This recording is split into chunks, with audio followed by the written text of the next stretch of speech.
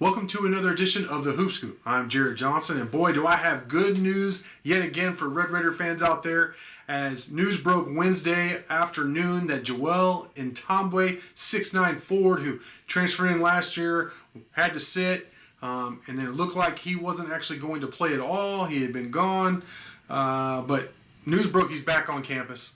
And it appears that he is going to be part of the Texas Tech basketball program. So, what does that mean? All right. First off, I want to give props out there. This news was broke by Zach Smart on Twitter. His handle is @ZSmart. This is all lowercase, @ZSmart3. He's a contributor for NYCHoops.com. I talked with him in the past. Seems like a good dude and certainly is familiar with Ntambwe. But I've since confirmed with an official at Texas Tech basketball that Joel Ntambwe is in Lubbock, is on campus, and is still a part of the roster. Transferred in from UNLV last year. We had the whole drama of, would the NCAA allow him to play or not? Would they grant him the waiver? It seemed like he would get it, as most of his teammates did receive it. UNLV blocked his transfer to Tech, so bottom line is all the appeals fell through. He wasn't able to play, and then it looked like he was going to leave early, and he wasn't ever going to play for the Red Raiders. But another added dimension was it looked like his little brother, who's the number one recruit basically in basketball, definitely for the 2021 class. He reclassified. Looked like he was going to possibly join Joel at Texas Tech. Tech made his top 5, but he ended up going the G League route. So, and then it looked like Joel, he was working out with his brother John in Miami. There's just this long line of events in his timeline which kind of contradicted each other, including at the end of June, I was actually told by an official of the program that, he was still on the team and on the roster and expected to be part of the team next season. So it was kind of back and forth, but now it looks like he's on campus. We'll have to see what happens if there's a season, if he's on the roster. But if he is, what does it mean? 6'9" forward. I think you pair him with Santos Silva, and I personally think that's your starting front court. But Santos Silva could be more of the bull, the guy pushing people around, and then Ntambwe, who's played power forward. He played power forward for most of his true freshman season at UNLV and averaged almost 12 points, 5.5 rebounds, and a little over half an assist as a true freshman there for UNLV.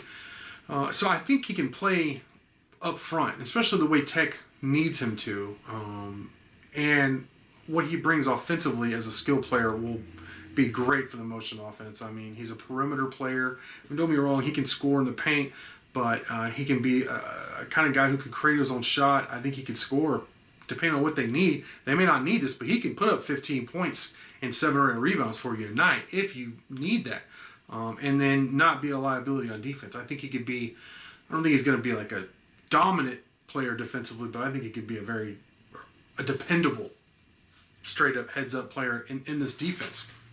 A good team defender for the Red Raiders due to his length and the scheme and basically how assistant coach Mark Adams could utilize him. So if he does stay with the team, because here's the rub is right now, and I just compiled in a story on Inside the Red Raiders, I just compiled all the practice footage, GIFs, pictures, all that Tech has posted on Twitter in one story, and you can clearly see that the other 14 guys are